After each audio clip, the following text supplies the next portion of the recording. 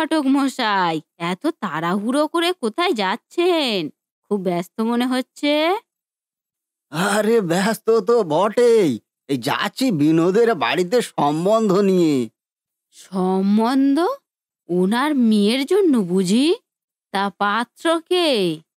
আরে এই পাত্র আমাদের সকলেরই চেনা জানা। এই আমাদের এই উকিল বাবুর একমাত্র ছেলে সুশান্ত। এই ওর জন্যই মেয়ে দেখতে যাচ্ছি। বলো কি, সুশান্ত বিয়ে করছে বুঝি? ও তো বিরাট একজন মানুষ, কত নাম ডাক ওর। শুনেছি ও নাকি কোনো একটা কোম্পানিতে চাকরি করে। আরে হ্যাঁ, করে তো। এই মাসে 1 লাখ টাকার উপরে মাইনে ওর। গাড়ি বাড়ি কত কি করে নিয়েছে। এই এখন ওর বিরাট ব্যাপার। আর তাছাড়া এই আমাদের উকিলবাবুর সম্পত্তি তো কম নেই। এই বাপ বেটা দুজনেই মাত্র থাকে বাড়িতে। এই সকাল হলে দুজনেই সব বেরিয়ে যায়, আর বাড়ি ফেরে সেই সন্ধে। তাই উকিলবাবু তার ছেলেকে তাড়াতাড়ি বিয়ে দিতে চাইছে। এ না হয় বুঝলাম, কিন্তু তুমি অত বড় লোক একটা ছেলের সাথে ওই বিনোদের মেয়ের বিয়ে দিতে চাইছো? এটা তোমার কেমন বিচার? কি আছে বিনোদের? একটা ভাঙা ঘর, আর ওই রকমই তো একটা মেয়ে, যার না আছে রূপ আর না আছে গুণ। হুম। না, না, এই আমাদের রূপালী মা খারাপ নয়, পড়াশুনোও ভালো। ও বিদেশে ডাক্তারি নিয়ে পড়ছে গো। আর এই উকিলবাবুও বলেছেন ওনার শিক্ষিত বৌমাই চাই, এই যাতে ওনার পরিবেশের সাথে মানিয়ে চলতে পারে। তাই আমি ঠিক করলাম ওই রূপলির সাথে সম্বন্ধ করলে খারাপ হবে নি। হ্যাঁ, চুপ করো। বিদেশে ডাক্তারি পড়তে গেছে না কি করতে গেছে সে আমাদের জানা আছে। হাহ, যে মেয়ে বাইরে থাকে তার চরিত্র কতটা ভালো হয় সেটা আমাদের নতুন করে আর বোঝাতে হবে না, বুঝলে? যাচ্ছ যাও, পরে কিছু হলে কিন্তু ঘটককে নিয়ে টানাটানি হবে বলে দিলাম।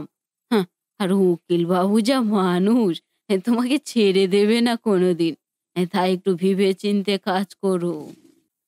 কি বলছো তুমি? ও মেয়ে ভালো নেই? তাহলে কি আমার ও বাড়িতে যাওয়া ঠিক হবে নি? ঠিক হবে নাই তো। উকিল বাবু আর সুশান্ত দুজনেই খুব ভালো মানুষ, আর ও যা মেয়ে কোনোদিন ওদেরকে ভালো থাকতে দেবে না। তাই আমি বলছি, জেনে বুঝে এ কাজ করো না তুমি, পরে কিন্তু তোমাকেই পস্তাতে হবে। কিন্তু এখন এই মেয়ে কোথায় পাই? এই উকিল বাবু তো আমাকে খুব তাড়া দিচ্ছে, তাড়াতাড়ি সম্বন্ধ ঠিক করার জন্যে। এ বছরের মধ্যেই এই ছেলেকে বিয়ে দিতে চাইছে। এবছরের মধ্যেই? আমারও একটা মেয়ে আছে। আ যদি তুমি দেখতে চাও তো দেখতে পারো। আমার মেয়ে তো জানোই, দেখতে একেবারে স্বর্গের অপ্সরার মতো। এমন কোনো মানুষ নেই যে যার আমার মেয়ের দিকে চোখ পড়ে না। আরে হ্যাঁ, তাই তো। এই তোমার মেয়ের কথা তো আমার মাথায় আসেনি। কিন্তু তোমার মেয়ের এই পড়াশুনো কতদূর? উকিল বাবু তো আমাকে শুধু একটাই কথা বলেছেন, মেয়ে দেখতে খারাপ হলেও এই পড়াশোনাটা কিন্তু অনেক দূর হতে হবে, এবং এই মনের দিক থেকেও যেন সে ভালো হয়। আ হ্যাঁ, হ্যাঁ, এই পড়াশোনা ভালো তো। আমার মেয়ে এমএ বিএড কমপ্লিট করে ফেলেছে। তুমি জানো? সে কি? তোমার মেয়ে এত দূর পড়াশোনা করে ফেলেছে? কই, আমরা তো জানি না সে কথা। সে কি করে জানবি? আমার মেয়ে তো কোনোদিন বাইরেই বের হয় না। রাত দিন পড়াশোনা করে। কত ট্যালেন্ট ওর। কলেজে ওর প্রচুর নামডাক। সব স্যার ম্যাম তো ওকে খুব ভালোবাসে। ও তাই? তোমার মেয়ের এত ভালো পড়াশুনো? এই আমাদের গ্রামে এত এত ট্যালেন্টেড একটা মেয়ে আছে, আমরা একদিন কেউ জানতে পাইনি। তাহলেই তো তোমার মেয়ে এই উকিল বাবুর ছেলের জন্য একেবারে উপযুক্ত পাত্রী। হ্যাঁ, আমারও তো তাই মনে হয়। তুমি তাড়াতাড়ি সম্বন্ধ ঠিক করতে পারো। আমিও অনেকদিন থেকে মেয়ের বিয়ে দেবো বলে পাত্র খুঁজছি। তাহলে তো ভালোই হলো। এই আমি কালকেই উকিল বাবুকে নিয়ে তোমাদের বাড়িতেই যাচ্ছি। তোমরা তৈরি থেকো, হ্যাঁ? হ্যাঁ, হ্যাঁ, হ্যাঁ, অবশ্যই, অবশ্যই। আমি এক্ষুনি তৈরি আছি। তুমি কালকে তাড়াতাড়ি ওদেরকে নিয়ে চলে এসো কিন্তু, কেমন?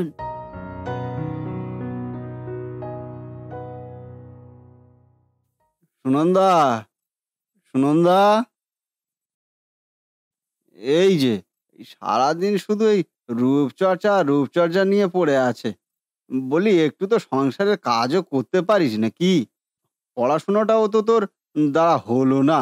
মাধ্যমিকের গণ্ডিটাও পার করতে পারলি না। এবার একটু সংসারের কাজে মন দে, যাতে একটু ভালো করে বিয়েটা অন্তত দিতে পারি। ওহো! ওকে এমন করে বলো না তো। ভালো ঘরে বিয়ে হবে কি বলছো গো? ভালো ঘর এখন ওর হাতের মুঠোয়। আর শুধু ভালো ঘর নয়, সাথে ভালো বরও পেয়েছি। এ একেবারে যেন সোনায় সোহাগা। আহাহা! মানে কি বলছো কি তুমি? একটু খুলে বলো তো। আরে আমাদের উকিল বাবুর ছেলে গো, সুশান্ত। সুশান্তর সাথেই তো মেয়ের বিয়ের সম্বন্ধ করছি। একবার বিয়েটা হয়ে যেতে পারলে হয়। তারপর তো আমাদের কপাল খুলে যাবে গো, কপাল। এই মেয়ে আমাদের কোটিপতি বানিয়ে দেবে, দেখবে দেখবে। সত্যি সুপর্ণা, তোমার মাথাটা এবার সত্যিই খারাপ হয়ে গেছে। তুমি কি যে বলছো আর কি যে ভাবছো সেটা তুমি নিজেই জানো না। হুম, আমার মাথা খারাপ হয়েছে কি কার মাথা খারাপ হয়েছে সেটা তুমি কালকেই বুঝতে পারবে। কালকের ঘটক মশাই উকিল বাবুদের নিয়ে মেয়েকে দেখতে আসছে এ বাড়িতে। তৈরি থেকো। কি বলছো কি তুমি সুপর্ণা? ওনাদের মতো মানুষ আমাদের এই বাড়িতে? আর তাছাড়া তোমার মেয়ের মধ্যে কি আছে যে সুশান্ত তোমার মেয়েকে বিয়ে করবে? করবে করবে, আমার মেয়েকেই সুশান্ত বিয়ে করবে। আমার মেয়ের এত সুন্দর রূপ দেখে কোন ছেলে মুখ ফিরিয়ে নেবে, হ্যাঁ? ও রূপের ঝটকায় তো সব ছেলেকে হাতের মুঠোয় করে নেবে। যদিও উকিল বাবুরা চেয়েছিল শিক্ষিত মেয়ে, কিন্তু সে আমি সব ঠিক করে নিয়েছি।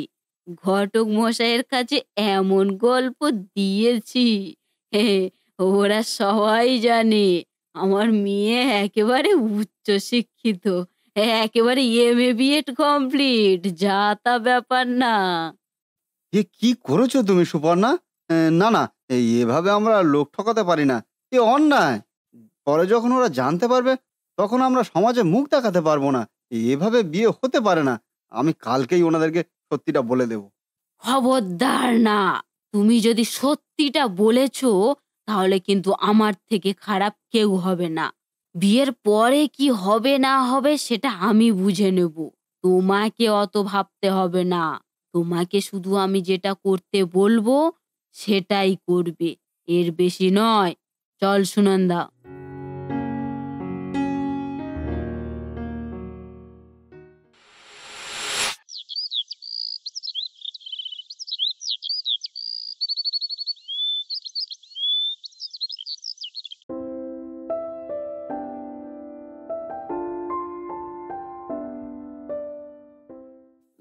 বলছি শোনো না।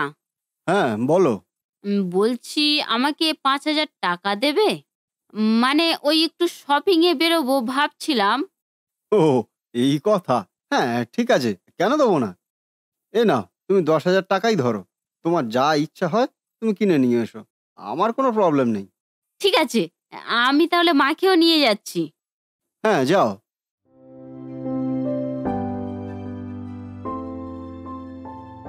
সুনন্দা, খেতে দাও। হ্যাঁ, আসছি। এই নাও, তোমার খেতে দিয়ে দিলাম। এবার আমি একটু বেরোবো। সে কি? কোথায় যাবে? ও, তোমাকে তো কিছু বলা হয়নি। আসলে মায়ের শরীরটা খুব খারাপ জানো। পেটে কি একটা হয়েছে বলল। কলকাতায় গিয়ে ডাক্তার দেখাতে হবে। এদিকে চিকিৎসার খরচও অনেক। ডাক্তার বলেছে প্রায় ১,০০,০০০ টাকার উপরে খরচ পড়বে। কিন্তু বাবার অবস্থা তো তুমি জানোই। অত টাকা জোগাড় করাটা একেবারে অসম্ভব হয়ে পড়ছে বাবার পক্ষে। তাই মা তো খুব কান্নাকাটি শুরু করে দিয়েছে। সে কি? এতটা বাড়াবাড়ি? আর তুমি আমাকে কিছুই বলনি? না, আসলে তোমার তো অফিসে কাজের চাপ থাকে প্রচুর। তার উপরে মায়ের অসুস্থতার কথা শুনলে তুমি যদি খুব টেনশন করো, তাই তোমাকে আর কিছু বলিনি। তা বলে তুমি এত বড় কথাটা আমার কাছ থেকে লুকিয়ে যাবে? চলো, এক্ষুনি আমরা যাব তোমার মায়ের কাছে। আর 1,00,000 টাকা? সামান্য 1,00,000 টাকার জন্য তোমরা এত চিন্তা করছো? আমি তো আছি। আমি এক্ষুনি 1,00,000 টাকা দিয়ে আসছি। না, না, না মানে হ্যাঁ, টাকাটা তুমি দেবে সেটা খুব ভালো কথা। কিন্তু তোমাকে যাওয়ার কোনো প্রয়োজন নেই। তোমার তো অফিসে কাজের চাপ থাকে খুব। শুধু তোমার কাজের ক্ষতি হোক এটা আমি চাই না। কি বলছো তুমি সুনন্দা? তোমার মায়ের এত শরীর খারাপ আর আমি দেখতে যাব না? একদিন অফিস বন্ধ করলে কিছু হবে না। তোমার মাকে এক্ষুনি ডাক্তারের কাছে নিয়ে যাওয়ার প্রয়োজন আছে। না হলে ক্ষতি হয়ে যেতে পারে। হ্যাঁ, হ্যাঁ, সেই জন্যই তো আমি যাচ্ছি। কিন্তু তুমি গেলে তোমার কাজের অনেক ক্ষতি হবে। আর তাছাড়া তোমার বাবা একা বাড়িতে থাকে। ওনারও তো এখন বয়স হয়ে গেছে। এই সময় ওনাকে একা বাড়িতে রাখাটা ঠিক হবে না। তার থেকে ভালো আমি একাই যাই। আর তাছাড়া আমার সাথে আমার বাবাও আছে তো। আমরা দুজনে ঠিক সামলে নিতে পারবো সবকিছু। তোমাকে অত চিন্তা করতে হবে না। তুমি এখন নিশ্চিন্তে অফিস চলে যাও। আর শুধু টাকাটা আমাকে দিয়ে গেলেই হবে। হ্যাঁ, হ্যাঁ, আমি এক্ষুনি আনছি। তুমি একটু দাঁড়াও। এই নাও, যাও, যাও। তুমি আর এক মুহূর্ত দেরি করো না। মাকে এক্ষুনি ডাক্তারের কাছে নিয়ে যাবে। হ্যাঁ, হ্যাঁ, তুমি একদম চিন্তা করো না। আমি আছি তো। আমি ওদিকটা সব সামলে নেব।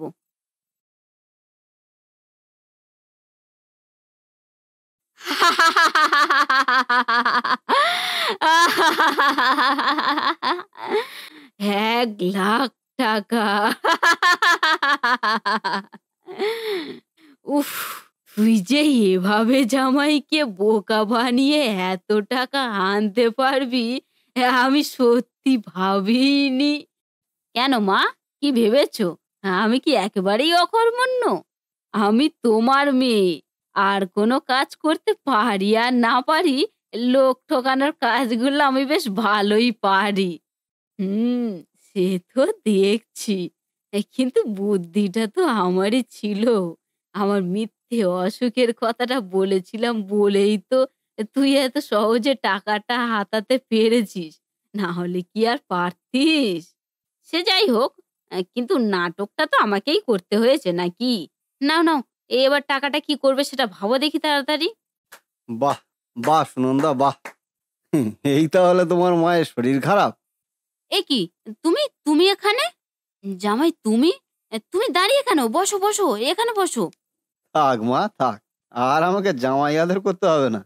আপনাদের মা আর মেয়ের চেহারাটা এখন আমার কাছে পরিষ্কার হয়ে গেছে। আপনারা এভাবে ব্যবসা করছেন? লোক ঠকানোর ব্যবসা? ছি, ছি, ছি, ছি, ছি! না, না, তুমি তুমি আমাদেরকে ভুল ভাবছো। তুমি বিশ্বাস করো, মায়ের সত্যি খুব শরীর খারাপ। আমরা তো এক্ষুনি ডাক্তারের কাছে যাবো বলে সেই কথা নিয়েই আলোচনা করছিলাম।